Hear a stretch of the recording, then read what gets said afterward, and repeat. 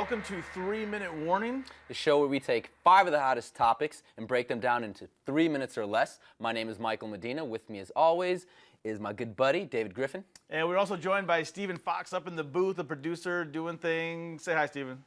What's up, guys? We're going to get right into it. We got NCAA tournament, the Sweet 16, the Cinderella story that never happened. Never happened. We have Cinderella up in the theaters right now. We got Lily James up in there. Game of Thrones fans. We got Rob Stark, the King of the North, up in there. This is not Cinderella. This is not Disney. This is not the movie. This is the real world. Yeah. And Cinderella did not go to the ball this year. She did not. But you know what, though? I'm still having fun. I'm still having fun. There were still some great games this weekend. Excellent tournament. Some upsets. Yes. But they're upsets, but not Cinderella upsets. No. These are really good teams. NC State and Wichita good programs. State. Yeah, I mean, they were upsets nonetheless. But you're right. I mean, these are programs that have a pretty, good history. They've done well, have done big things in the past, but still fun to see. I mean, right now, the conference we're down to the Sweet 16. We're spreading out now, getting to the Final Four. I mean, the 3 weeks goes by really fast. Goes by real fast. Yeah. We're going to look at the conferences, though, and to see which is the strongest. I mean, I think what stands out the most is ACC. Absolutely does. Atlantic Coastal Conference has 5 teams left. Yes, a total of 7, I believe, going into the tournament. Now, we're both ACC fans. You're a Duke fan. For basketball, Florida State football. I'm a Miami through and through. But no, it's funny because we talk about this all the time. When it comes to college football, you look at the SEC, it's kind of like that's the conference to go to for football. King, yeah. Basketball, you could maybe say it's the ACC when you look at how many programs are there with, UNC, Duke, you look at Wake Forest, you look at like Louisville, you look at all these programs, I mean, they're top notch. That's why it's hard to even call. That's why we're saying there's no Cinderella story, because NC State, if we look at NC State's schedule, they've beaten some big teams. Of course. They've beaten Duke in the regular season. They beat UNC away or at home. UNC's home. They've also beaten Louisville. Yeah. So 3 of the teams that are in the Sweet 16, NC State is taken care of. So yes, they beat Villanova. Yes, it's a big win, but they've played against the best. They've beaten the best in the country. They beat the top 25 teams. So I mean, it's not that big of an upset. Yes. Wichita State, not as tough of a conference, smaller conference. Yeah. But they're 30, they won 30 games. They won undefeated last year in their conference, I believe. I mean, they're good. They're Wichita not a George State, Mason. No, they're not like George that. Mason. They're good. Yeah, that's why I say there's really no true, legit Cinderella stories. But let's talk about key matchups in the Sweet 16. Yeah. For me, I am really excited about NC State Louisville. Yeah. Again, NC State has already beaten Louisville. Yeah. They know how to play. Make sure you guys say Louisville. You can't be saying Louisville. You say Louisville. Louisville. Just act like you're from Kentucky. And I think they're going to be tough. I mean, NC State could go to the Elite 8. No, absolutely. I'm definitely interested in seeing that as well as Wichita State. I'd like to see how these teams bounce back after a huge, upset for them. Again, not Cinderella, but still big upsets. How are they going to bounce back? I'd also like to see Wisconsin and Duke. See, they're going to have some pretty even. They're not playing each other, but like their games and stuff to see, because even matchups should be pretty good. And again, I'm still rooting for that, Kentucky Duke matchup. That's what I want to see. Is Kentucky still your favorite? Are you picking them to win it all? I'm still going with Kentucky. Still going with Kentucky. Still going Kentucky. I'm a Duke fan. I want to go with Duke. Kentucky looks real tough though. I'm hoping West Virginia can give them some trouble, expose some weaknesses, so that Coach K can work out his master plan and fix everything. Oh, we're out of time. We got to go on to the next one. Keep going. We're going to NBA. Yeah. NBA. We got a couple stories. We got Nash, Steve Nash, old man Nash. He's gone. Finally retiring. The Canadian is retiring, as well as Russell Westbrook continues to sparkle. Yes. Continues to shine, just tearing it up. Steve Nash, man. It's kind of sad to see him go, huh? 2-time MVP. Yeah. Never won a championship, MVPs, which no is always a championship. shame when you see players like that, of that caliber. 2-time MVP, like you said. But only 10 players I think have ever done that. Yeah. What he's done with a 2-time MVP back-to-back. Absolutely. Like no, I mean, and I think when you talk about his legacy in the game and stuff, I think he's pretty much cemented himself as definitely one of the greats. Yeah, I mean, he's gone from, we have Dallas, Phoenix, of course. I wish he would have stuck it out with Dirk Nowitzki a little bit more. Those guys are really good friends. Dirk, he stuck it out in Dallas. He eventually won. I really wish that they could have done that. Could at least gotten one. Yeah, right. Of course. But Phoenix, he was in some exciting times in Phoenix. Oh, exciting great. Yeah, times I mean, Phoenix. and that's the thing. It's like he had a great career. You can't argue that. If anything, like I said, he didn't win a championship. But aside from that, yeah, he's been okay. He's okay. I mean, that team was just high-powered offense. It was fast. It was fun to watch. People didn't like it. It's like, this is the new NBA. Yeah. I think Oklahoma City with Westbrook and Durant has somewhat kept that going. Oh, yeah, absolutely. But can you win a championship with it? Michael D'Antoni and those guys unfortunately didn't. All offense. It was all offense. Keep it going, yeah. But I thought it was still an exciting thing to watch. Absolutely. So exciting much thing fun. to watch, yes. So much fun. So, I mean, let's talk about Russell Westbrook a little bit. The most unselfish player in the National Basketball Association. Sure, Triple-double, why not? 17 assists we'll last night. 17 assists. Can you get 17 assists and a triple-double and still be a selfish player? That's the funny, question. actually. Yes and no. Yes and no. It seems funny to be like, oh, well, he's dishing the ball, he's moving it around, but let's not forget who this is that's doing it. It's Russell Westbrook. Great player, one of my favorites, but he's not known for his team play, right? It's safe to say he's a bit more like me. So, like, I see, like, what he's doing right now, although it's amazing accomplishment, 10 triple-doubles. It's the fact that they're 10 triple-doubles. These are padding his own stats. He's not doing much for the team itself. He's not carrying them to the promised land. I think right now they're holding on to, like, an 8th seed. You know, I mean, you look at someone, again, like we talked about this before, Steph Curry and what he means to Golden State. You know what I mean? You take Steph Curry away, that's an entirely different team. You take, Russell Westbrook, they don't really have much else going for them. I mean, Durant's done right now. Right. He keeps getting hurt. And so I just feel like this is just almost like garbage time for Westbrook. Just pad those stats. It's going to be interesting to see if he ends up staying with Oklahoma. When Durant comes back, Durant possibly could be out for the rest of the season. I mean, it seems like he's going to be out for the season-ending injury. Yeah. But it's like, is he going to be able to play with Durant? Is he going to go somewhere else? Maybe he'll shine somewhere else. Maybe he just needs to be around the right people. Maybe Oklahoma City just isn't the place for him to play. I agree. It's because he's so talented. He's so fast. He's electrifying. But when you're asking somebody about your stats, like, is this, hey, like, how close am I to getting a triple-double? Oh, how many more rebounds? Oh, can you please count that as a rebound? That was a rebound. That's my rebound. Exactly. When you're so conscientious about your stats, it makes you look selfish, even if you have 17 assists. It's kind of ironic to say that because, like, why would you want to say, like, hey, I have 17 assists, but I'm still selfish? Exactly. It's still selfish. I don't know. That's Western West, but that's our opinion on that. We're gonna go to some soccer, Clasico. specifically El Clasico. Yes. The biggest rivalry in all of sports. Maybe that's too much. Maybe that's an opinion. Pretty but, close, though. It's pretty big. Real pretty Madrid big. versus Barcelona at the Camp Nou, the new camp in Barcelona, Spain. Great match. They Great never match. disappoint. It was huge because you have Barcelona, who was 1 point up in La Liga over Real Madrid. Yep. This is a huge match. Real Madrid need at worst a tie.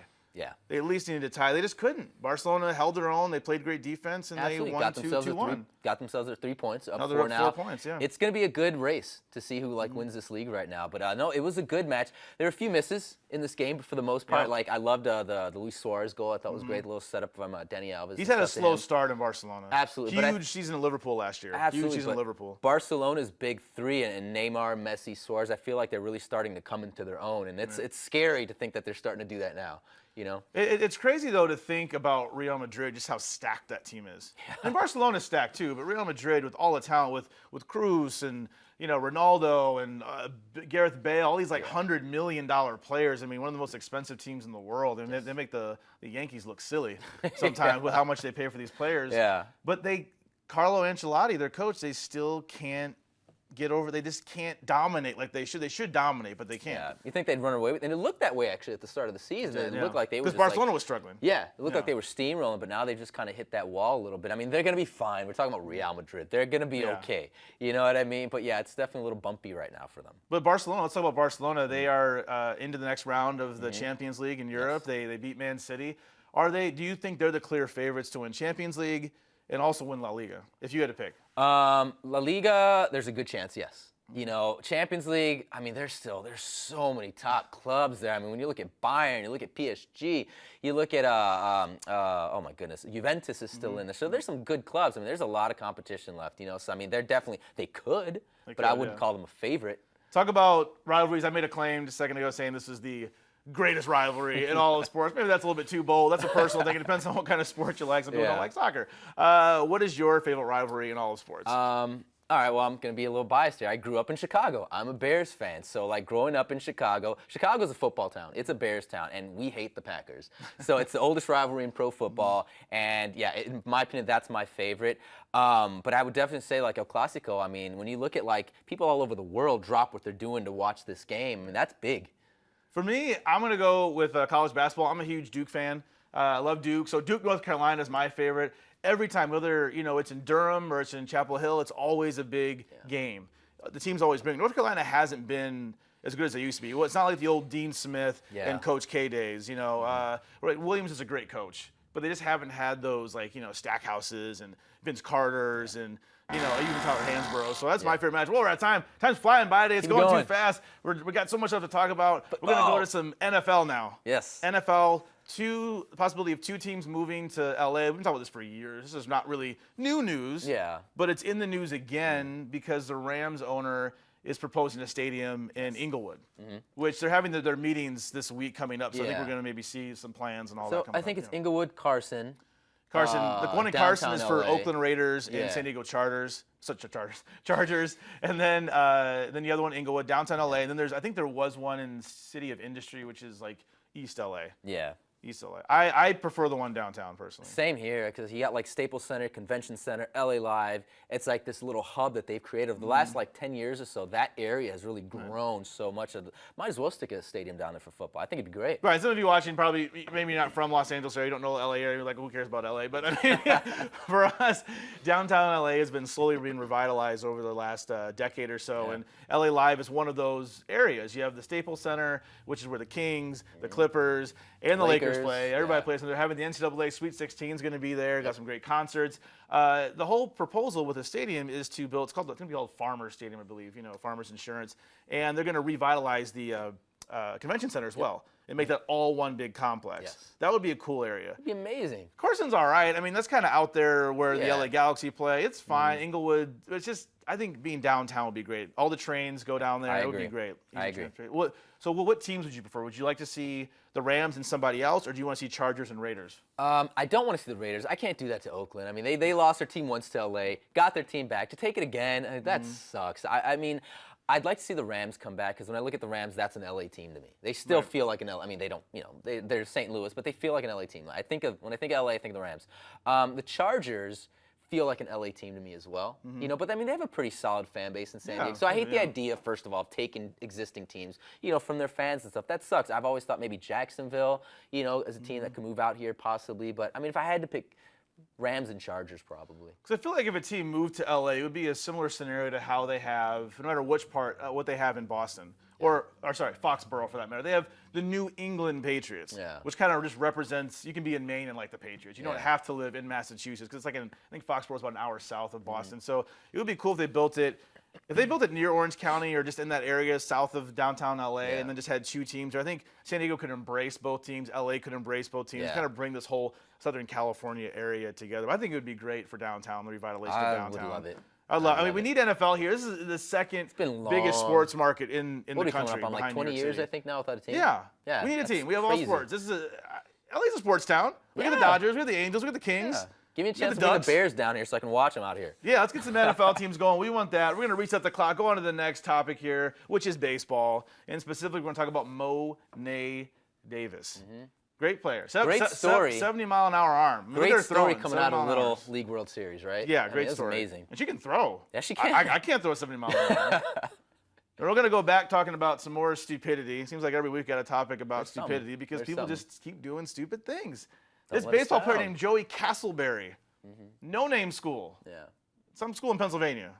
He's not playing at Miami. He's not. He's not playing University of Arizona. He's not playing Arizona State, one of the top baseball programs. He's Nope. playing some small school. Does a stupid tweet. He doesn't have that many followers. The guy's got like 600 followers or something. Calling out Mo'ne. Tell us about the tweet with Mo'ne Davis. He basically called her out saying it's like, oh, I can't believe they're making a Disney movie, that bleep. Bleep, you know? expletive. Couldn't even like shut out Nevada or something like that, he said. Now, this is what upsets me. This is just stupidity. Granted, this guy's young. He's a young guy. Monet's what, 13, 14 Very years young, old? very young. Why would you call a child that age the word that he used, even if it was a joke?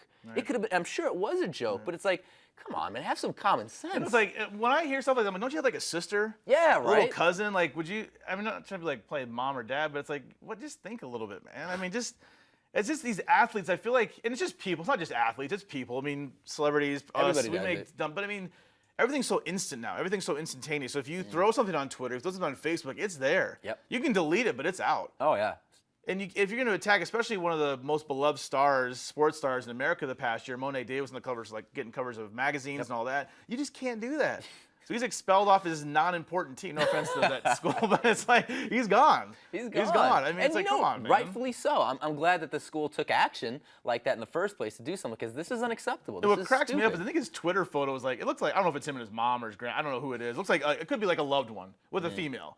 And he uses that word for Mo'ne Davis. It's like, man, that woman, I hope that's a relative, needs to just, teach him a lesson. Teach him. It's like, come on. I mean, I just feel so bad. But the great thing is, though, is that this does make for entertaining news, makes for entertaining stories. There have been some funny tweets over the years, not all harmful. Some of them are harmful. That one was harmful. There are some funny ones. My favorite is Stevie Johnson from the Buffalo Bills.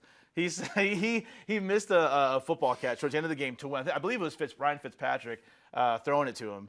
Missed the catch, and on Twitter, I think he blamed God for missing. I don't mind, nothing wrong with the religious aspect of things, but he wasn't that he felt like that God was like out to get him. God didn't put enough stickum on his glove. Yeah, I'm like, man, you just better get those hands ready, man. You can't be blaming God or then God made you miss that. It's just one of those tweets. I'm like, why'd you do? It wasn't like controversial. He didn't get suspended or anything. It wasn't bad, but it was just funny. No, but it was just something we silly. could laugh about and joke about. No, and guys do it all the time. Like Paul George made a comment talking about hitting girls and stuff, and if she's cool with it, so it's all good. Big deal with the Ray Rice stuff. Just like don't comment on Ray Rice. Anything Ray Rice, do not comment on. So Exactly. Folks, that's all we have for today. The buzzer has sound. Yes. Had a lot of great topics today on 3 Minute Warning. As always, you can come find here with the hashtag 3MW on the stream.tv. Again, I'm David Griffin. You can find me at GriffinDE on Twitter. And I'm Michael Medina. You can also find me on Twitter at Mr. Michael Alexis. Last Night On is coming on next on the stream.tv, and we will see you tomorrow for some more 3 Minute Warning.